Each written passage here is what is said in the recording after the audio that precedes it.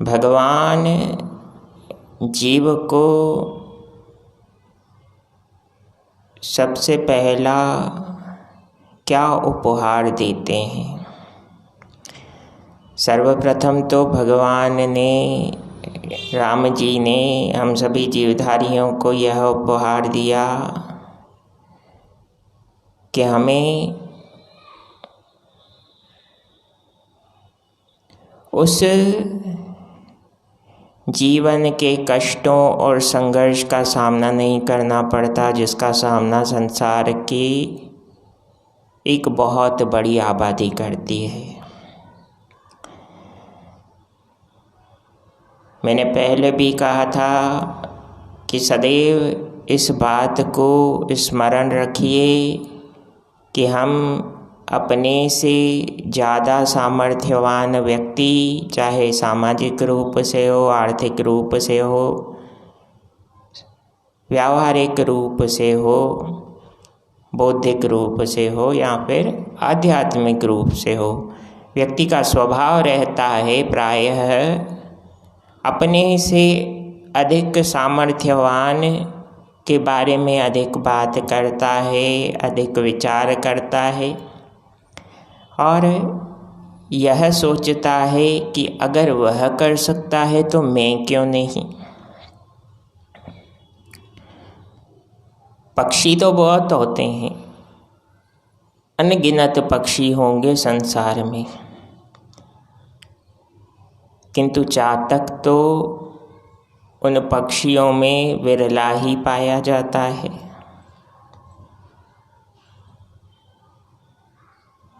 गरुड़ तो उन पक्षियों में विरला ही मिलता है।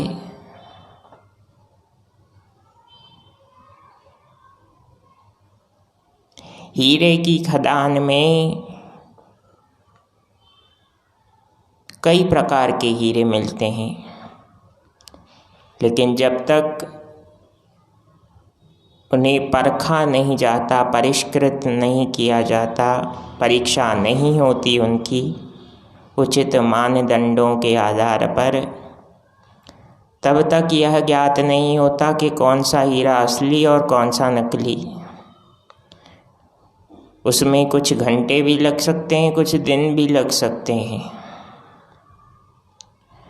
परीक्षा कितनी लंबी चले यह कोई नहीं जानता, लेकिन परीक्षा सबको देनी पड़ती है।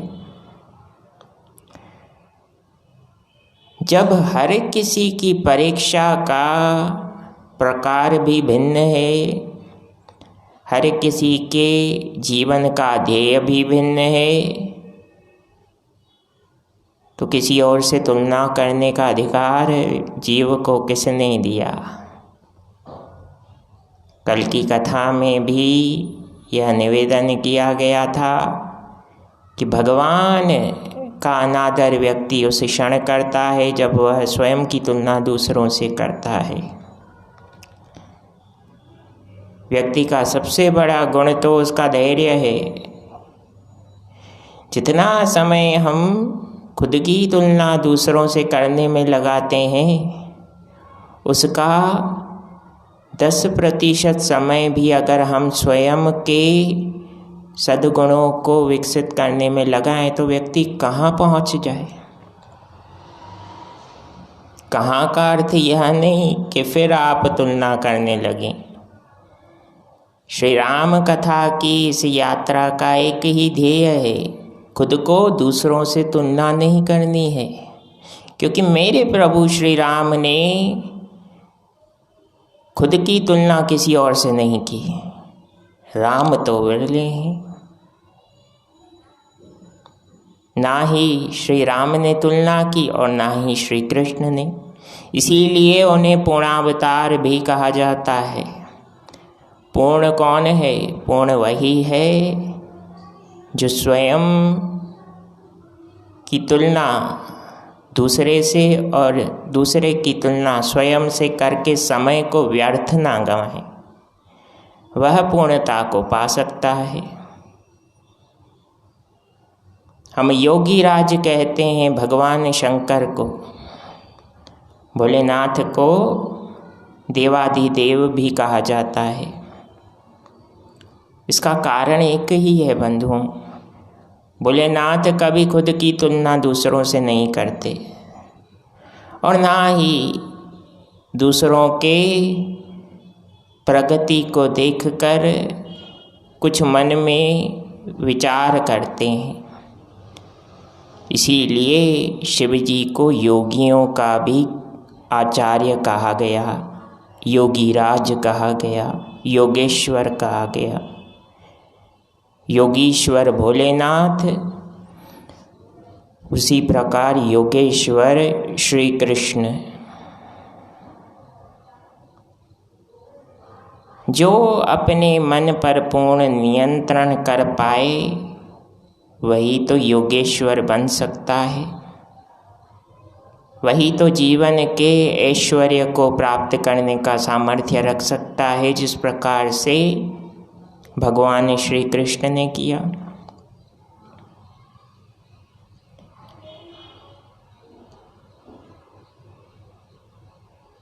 वाल्मीकि जी ने एक बात का वर्णन किया है रामायण में कि रामो ना द्विर्भाषते।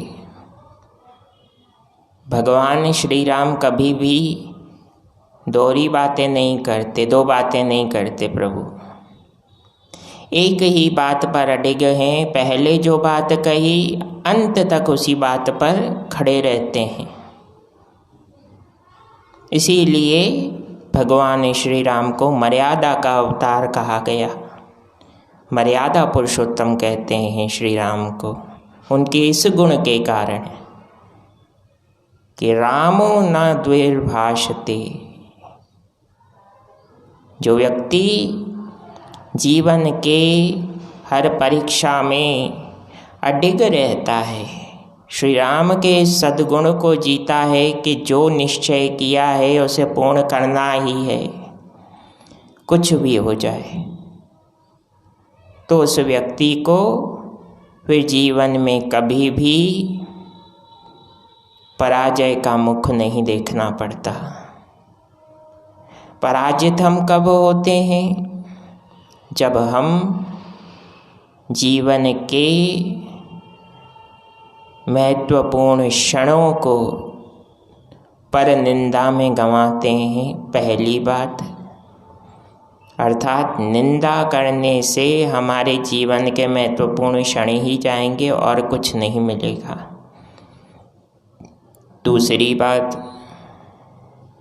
किसी का हमने भला किया और दूसरे ने उस एवज में उतना भला हमारा नहीं किया, इस विचार में हम स्वयं को ही दुखी करते हैं।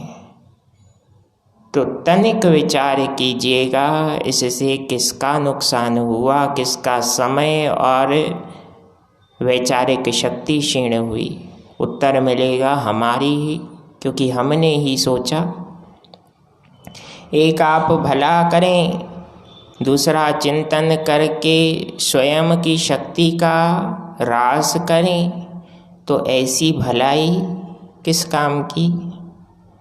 इसीलिए कहा गया भला करना है तो सबसे पहले भगवान से सद्गुण सीखिए। श्री राम किसी का भी हित करते हैं तो भूल जाते हैं, भला कीजिए और भूल जाइए। भगवान श्री कृष्ण किसी का भी हित करते हैं तो यह याद नहीं रखते कि इससे मुझे उसी एवज में परिणाम मिलेगा। मिलना होगा तो मिलेगा और नहीं मिलना होगा तो नहीं मिलेगा। दूसरों को आकलित करते हुए, दूसरों का आकलन करने में अपने जीवन के महत्वपूर्ण पहलुओं, क्षणों को व्यर्थ मत गंवाइए बंधुओं। ये क्षण वापस नहीं आने वाले, इस जन्म में तो वापस नहीं आएंगे। बाकी जैसी राम जी की इच्छा। श्री राम के नाम का महात्म बताते हुए भगवान भोलेनाथ माता पार्वती को श्री राम कथा का रसास्वादन करवा रहे हैं और कह रहे हैं, देवी कथा जो सकल लोक हितकारी सोई पूछन चह शैल कुमारी। जो संसार के हित की कथा है,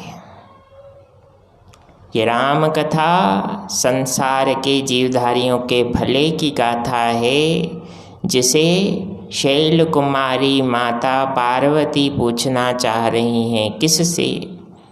योगीश्वर भगवान भूत भावन भोलेनाथ से। सोई पूछन चह शैल कुमारी। क्या पूछना चाह रही हैं? संसार के हित की कथा। जब माता आद्य शक्ति ने संसार के हित के लिए भगवान से प्रश्न किया है, तो हम भी तो साधारण जीव हैं, दूसरों का भला करके भूल नहीं सकते। भूलिए, भूल कर जीवन में आगे बढ़ेंगे तो उसका सदपरिणाम आपको मिलेगा। लिख लें, अभी मिले या बाद में मिले, मिलता जरूर है। भले ही संसारी जीव आपके सदफल का परिणाम आपको देने में असफल क्यों ना हो जाए, भगवान कभी असफल नहीं होते। वो परमपिता परमेश्वर हर जीव पर अपनी अनुकंपा बराबर रूप में बनाए रखते हैं, चाहे कोई उसे माने या ना माने। भगवान शिव ने माता पार्वती को धन्यवाद कहा है, उनका अभिनंदन किया है, कहा कि देवी आप धन्य हैं। संसार के जीवधारियों के हित के लिए आप मर्यादा पुरुषोत्तम श्री राम की पवित्र कथा सुनना चाहते हैं, जिससे आने वाले समय में प्राणी मात्र को जीवन के हर पहलू में सही और गलत निर्णय के बीच अंतर करके सही निर्णय को चुनने के पश्चात लक्ष्य प्राप्ति करने का मार्ग प्रशस्त होगा। वह कथा माता पार्वती भगवान भोलेनाथ से सुनना चाहती है।